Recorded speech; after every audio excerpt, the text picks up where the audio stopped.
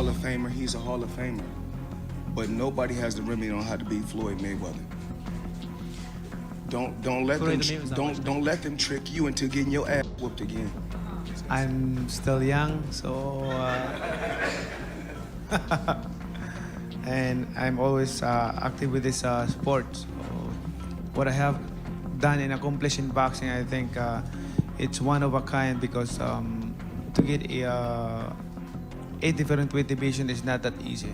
Him and me, we taking care of our body, and we always work out almost every day and playing basketball like that. So right now, I still can fight. I feel like I'm still young. I mean, nothing changed. Floyd Mayweather and Manny Pacquiao come face to face ahead of their highly anticipated showdown. Both fighters are legendary figures in boxing, each with an incredible list of achievements. During the moment, Manny makes it clear that Floyd shouldn't overlook his accomplishments, reminding everyone that he also belongs among the greatest fighters in boxing history. I have accomplished in life, but I'm just saying this to repeat. You might forget that accomplishment. So to be the greatest boxer in the world is to know how to of course be compassionate, and to show the people that you're really a fighter. That's what I can say. Mayweather says the upcoming fight with Manny Pacquiao isn't about money for him. According to Floyd, he still enjoys the process of training and staying involved in boxing, and stepping into the ring continues to give him motivation. I'm enjoying myself. I'm able to stay in shape, and whereas with a professional fight, like when you're training for all the top guys, you have to work extremely hard, and you have to work out extremely a lot. Meaning, you have to do between 5 and 8 mile runs. You have to work out in the swimming pool. You have to chop wood. You have to do a lot of sparring. You have to do, it takes a lot of bag work, hand specialists, masseuse. It takes a lot for a fight that's at a crazy high magnitude, with a super fight. But when it's an exhibition, you can come in the gym, you can work out, you can hit the bag, you can spar a little bit, you can do little light runs, you can have fun, you can travel the world and still do your work. Meanwhile, Manny Pacquiao says he learned important lessons from their first fight, and he plans to use that experience to adjust his strategy in the upcoming bout. Way back 2015, I think we become mature right now, and how to handle it, and I hope that it will not happen again, the way it is last 2015. It's the experience is not really 100%, but I'm hoping for this time around no more excuses, especially to my condition, and also for everything. I'm so excited and ready to the fight. Although before he wants an exhibition with me, but I disagree, and I don't want to fight with exhibition. I want to fight Instead of relying on the traditional pay-per-view model, the fight is reaching a huge global audience through streaming platforms, sponsorship partnerships, and merchandise sales, turning it into one of the biggest sporting events of the year. If you don't adjust for inflation, et cetera, or tickets sold, et cetera, Joe Louis and Max Schmeling, the rematch, Ali and Frazier, the first fight, these were the biggest fights in boxing history. But Mayweather and Pacquiao was easily the biggest fight of its era, of the generation. And it was the highest grossing fight of all time. Sure. Because it had 4.4 million pay-per-view buys at $100 a pop. Do the math, right? It's interesting because Netflix is obviously in the business of, you said, eventizing. Yes. Everyone, they want enormous events that become shared experiences.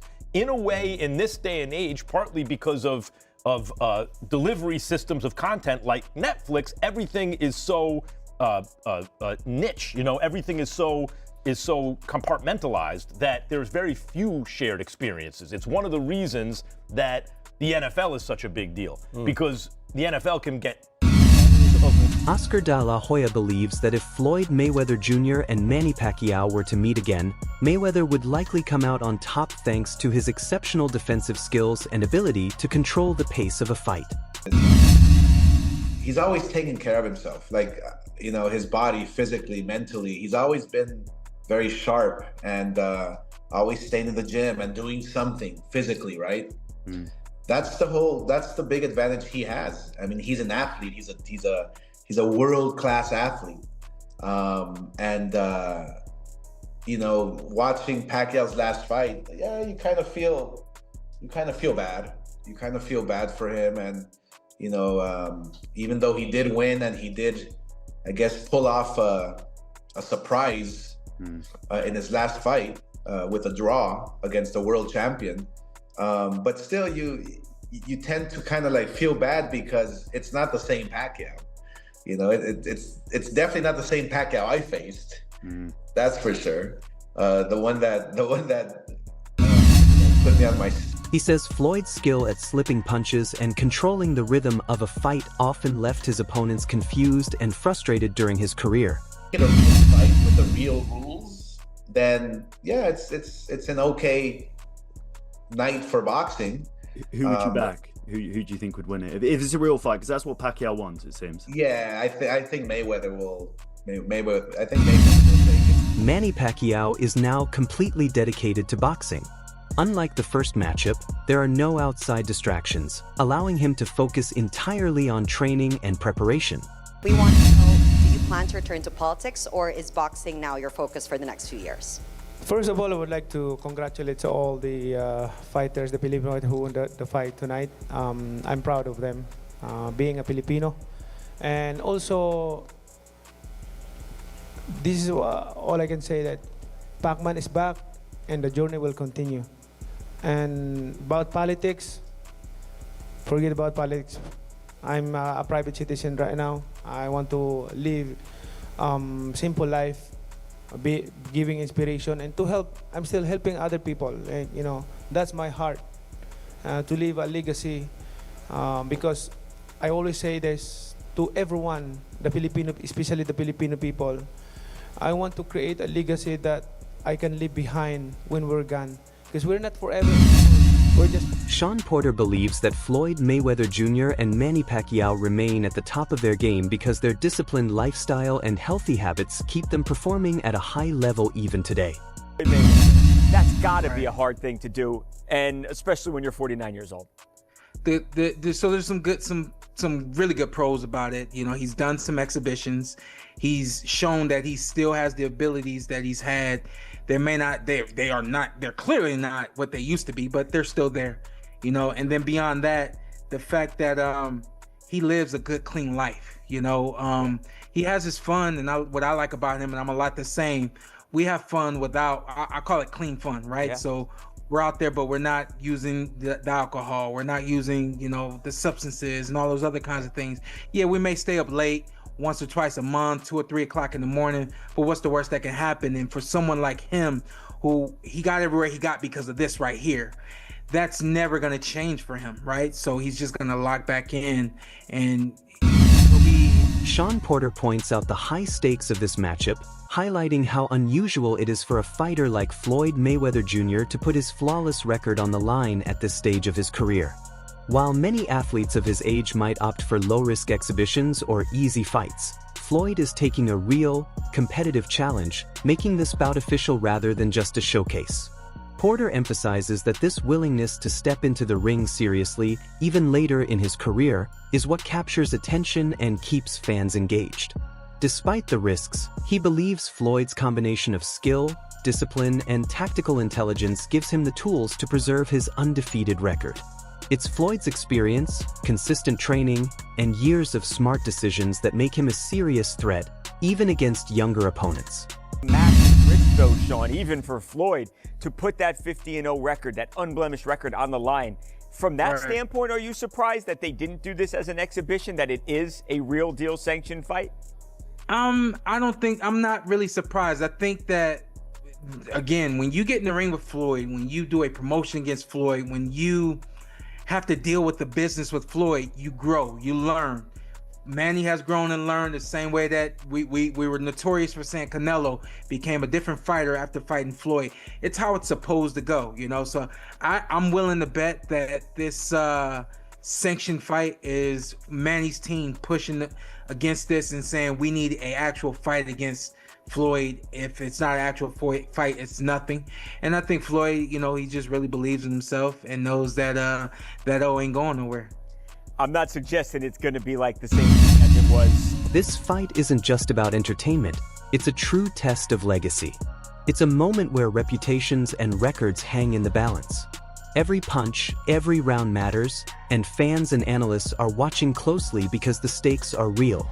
The result could either further solidify Floyd Mayweather Jr.'s legendary status or signal a major turning point in his career.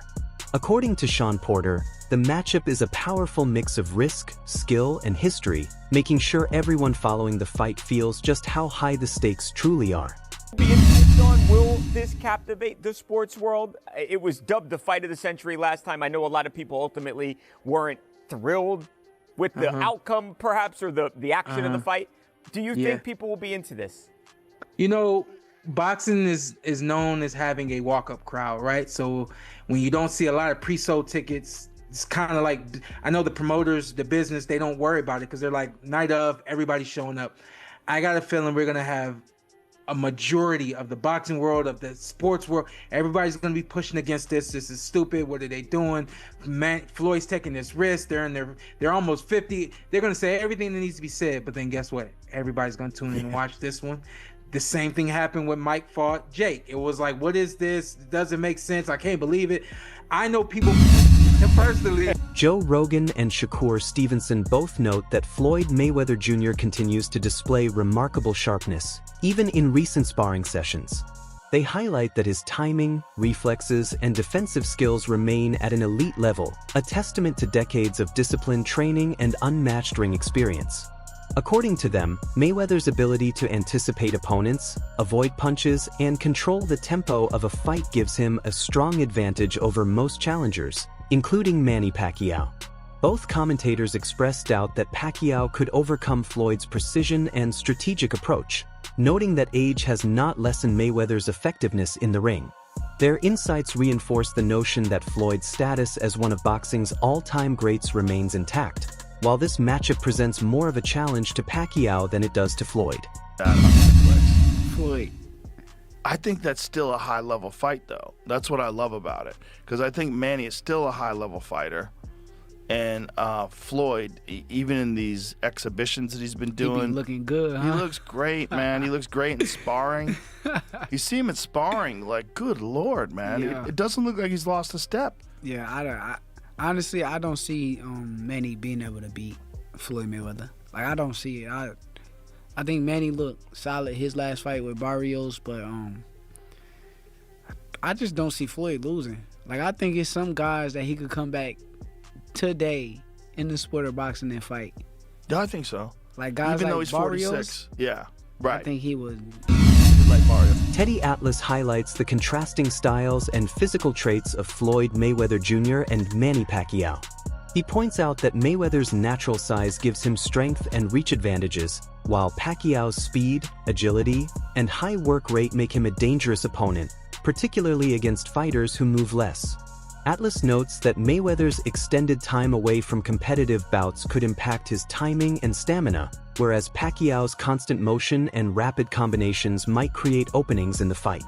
Despite this, he stresses that Floyd's experience, defensive mastery, and ring intelligence remain significant factors that could neutralize Pacquiao's aggression. Ultimately, Atlas frames the matchup as a classic showdown: size and experience versus speed and relentless activity. So that's number one. The number two was, who's got less miles on the odometer? And because of the defensive style of Mayweather, I gave a check to Mayweather having the edge here. I mean, besides the Marquez fights, Pacquiao's been in some tough fights, right? Reflexes and timing and other boxing elements. Well, I gave the check to Pacquiao. You know, at least he's had some fights, or at least one real fight, you know, with Barrios recently. And yeah, Mayweather's fresher, but inactivity could affect his timing, especially early in the fight. So next one, power. Well, the guy who's always been the naturally better puncher, not the naturally bigger guy though. That equals it. Wade Clemens recently expressed concerns about streaming platforms promoting fights featuring older boxing legends. He points out that services like Netflix often prioritize entertainment value and commercial success over the long-term health of the sport. Clemens explains that while these fighters earned legendary status in their prime, bringing them back to compete years later can present a different image, especially to younger fans who never saw them at their peak.